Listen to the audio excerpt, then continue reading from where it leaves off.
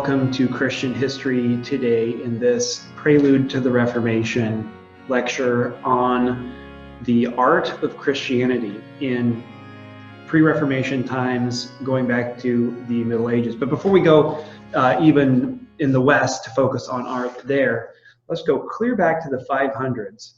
This image is the oldest icon in existence that we have of Jesus on the traditional piece of wood. It dates back to the 500s and is located in Egypt at St. Catherine's Monastery, which is at the base of Mount Sinai. You'll notice the two different expressions of Christ. He looks a bit different. Half of his face looks one way, half of his face looks slightly different in this particular image.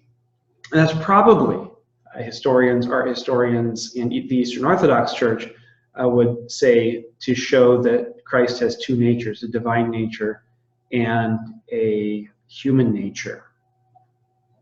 Okay, so this is what depictions look like, of course, in Eastern Orthodoxy. We have, by the 500s, already very clearly a recognizable face of Christ, the one that we have come to associate with Jesus, a bearded, Semitic-looking man. Whereas if you were to go back to 150 years earlier, some of the depictions of Christ, there aren't many that exist, but he looks as kind of a young, strapping, beardless youth, almost Greek-looking.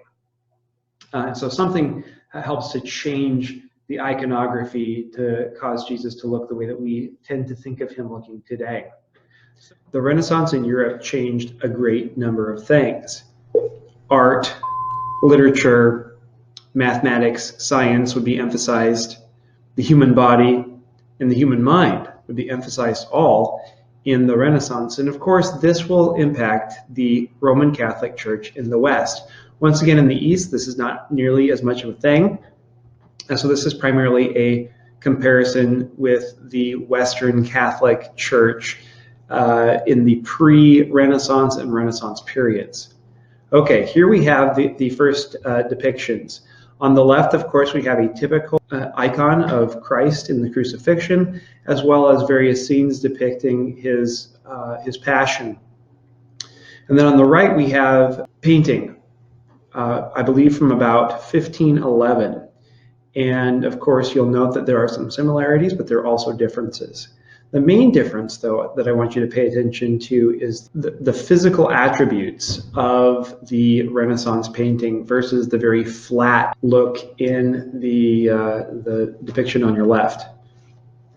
Here we have a scene from the death of Jesus, taking him off of the cross and laying him in the tomb. And notice, of course, the one on the left is older. It is there in order to indicate a spiritual reality, or a reality that we can remember spiritually. Whereas on the right, you'll note that Christ is very physical in his appearance, three-dimensional.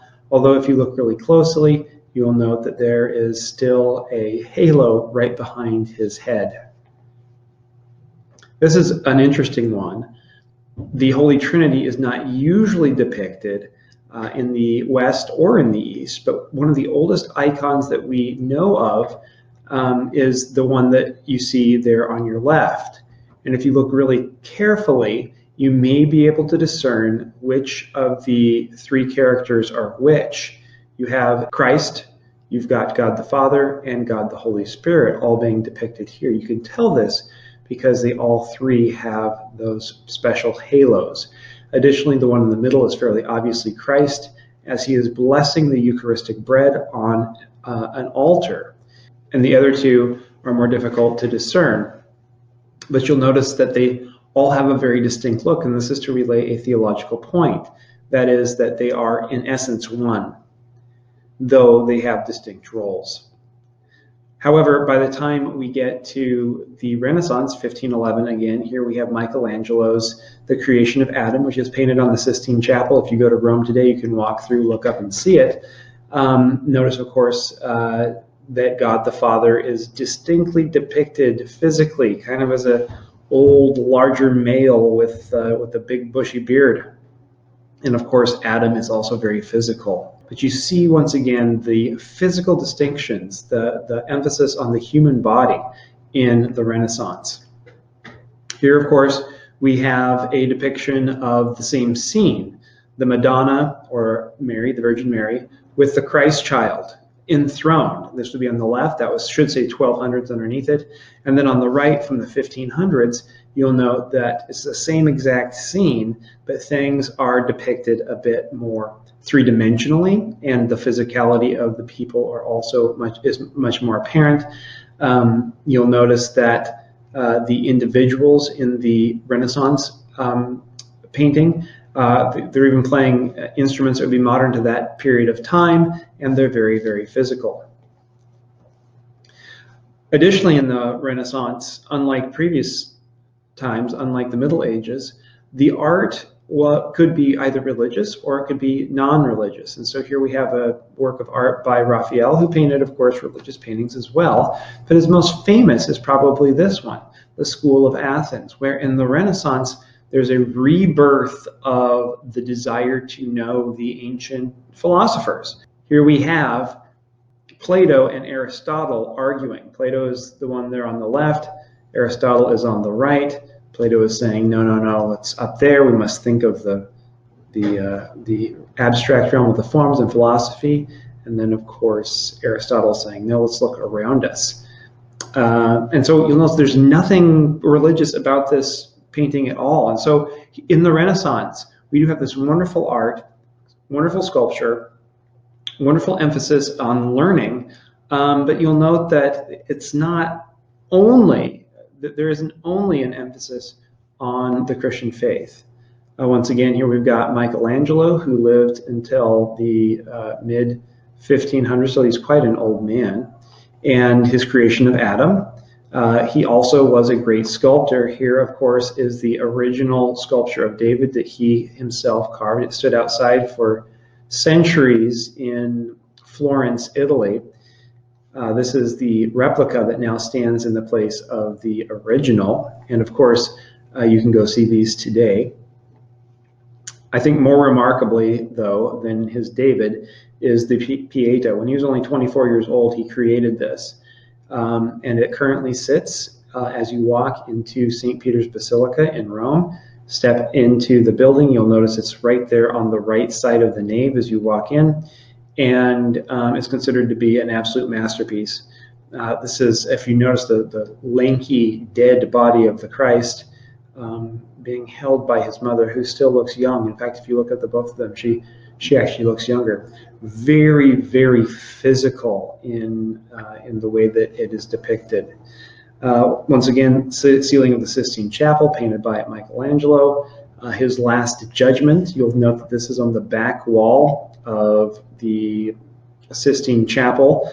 And you'll notice right below at the very bottom, there are 6 candles with a crucifix in the middle. And that is, of course, the top of the altar. You can't really see the altar, and the candles there are not painted. The crucifix is not painted. That is just simply the altar. I believe it was in the 1700s, people got a lot more ashamed of the naked human body for whatever reason. And someone came through on Michelangelo's painting, which had been all naked people, which is kind of strange. And they painted over them, gave them, many of them anyway, clothing to wear. So yeah, there you go.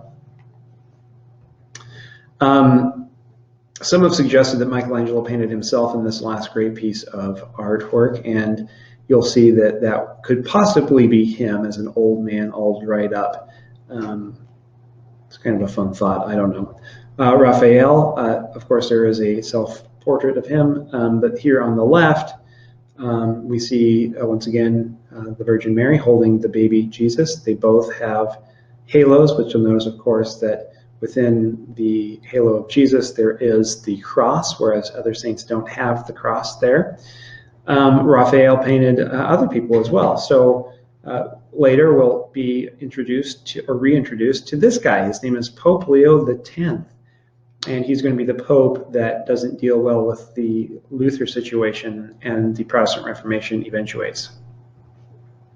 Leonardo da Vinci is someone that we're going to mention here very briefly. Now, keep in mind, all these guys were members of the Catholic Church.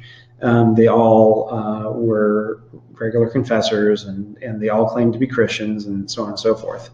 And they, of course, were great artists, and in the case of Da Vinci, he was a mathematician, an engineer, an inventor. The guy was just wonderfully interested in all sorts of different things and was really quite gifted at all of them. And so this is where we get the term Renaissance man. Renaissance man would be so well educated and so well rounded in his education that he could excel at basically everything. There are far too many fields for us to have any true Renaissance men today.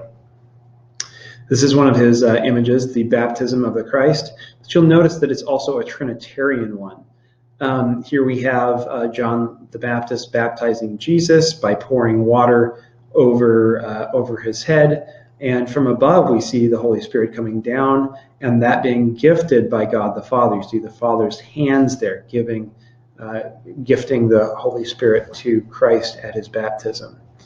The Last Supper, of course, is a very famous one. Unfortunately, for the generations to come, Da Vinci painted this with sort of experimental paint and also an experimental canvas, and so the paint is it's all eventually going to fall off. But you can still see the image depicted here. And then, of course, we have the Mona Lisa. If you ever go to the Louvre, you can wander through all the hallways looking for the Mona Lisa, and when you get there, you'll be kind of disappointed because she's really not all that impressive. It's a pretty small painting, like that big. And a lot of the other religious art that you kind of walk past before you get there, I found to be more moving than the Mona Lisa, but a very famous painting. The emphasis on humanity, physical form, as well as the mind, becomes a forerunner to later movements like the Enlightenment. And these things are all going to directly impact the church very directly. Another thing that will be impacting the church and actually allow for the Protestant Reformation to take place, because of the fact that ideas are now able to spread very quickly and easily with the use of the printing press. So let's talk about Gutenberg's printing press. He was a German printer. He invented movable type so that you could arrange letters on a board, put ink on it, and then make as many copies of that as you want. Words and pages do not have to be copied by hand anymore. And so this is going to be revolutionary. And of course, you already are familiar with this. He was a Christian, and his masterpiece is the 42-line Bible. He made 180 copies of this. 30 were printed on exquisite parchment paper and are very, very beautifully done. These things are so incredibly valuable. There's about 30 of them still in existence today, which is pretty remarkable. And he did this between 1450 and 1455. And during his life, he wasn't particularly successful, but his technologies after he had died become so incredibly important, not only in spreading various intellectual ideas, but also religious ideas all across Europe, much faster than before. In fact, as we'll see, the Catholic Church would love to be able to contain the ideas of these, reformers that come along.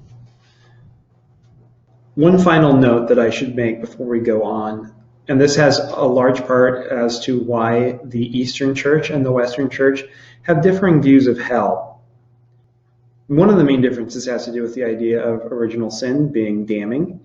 And that, of course, goes clear back to St. Augustine in the 300s. But another major player in the Western conception of hell as a distinct place where people burn forever, or where they are tortured forever, where they are potentially tortured by demons and devils forever and ever, is tied to Dante's Divine Comedy.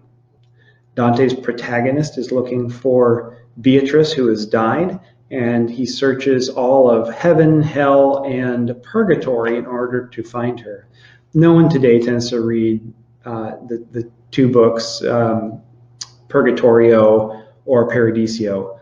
Not all that interesting. I guess Paradiso is simply boring. The one that everyone likes is the Inferno because it's exciting. Got lots of people being tortured and demons being nasty and miserable, and the devil being bound in ice and chomping on Judas Iscariot for all of eternity. Anyway, these depictions have helped the West formulate our idea of hell in a certain way, where the East, of course, doesn't have this. And so the East's conception of what hell is quite different. And keep in mind that Dante's Divine Comedy, one of the major sources for our idea of hell, because frankly the scriptures don't talk that much about hell, is that Dante blends not just Christian imagery with his own story, but also brings in Roman and Greek mythology as well. And so there you have it. Dante's Divine Comedy, the Inferno, helps to give us the modern idea of hell to some extent. All right, guys, there you go. Hopefully you enjoyed that very brief discussion about the history of art during the pre-Renaissance and Renaissance periods. And hopefully you're surviving the Corona epidemic. And hopefully we'll see you soon on the other side of Corona.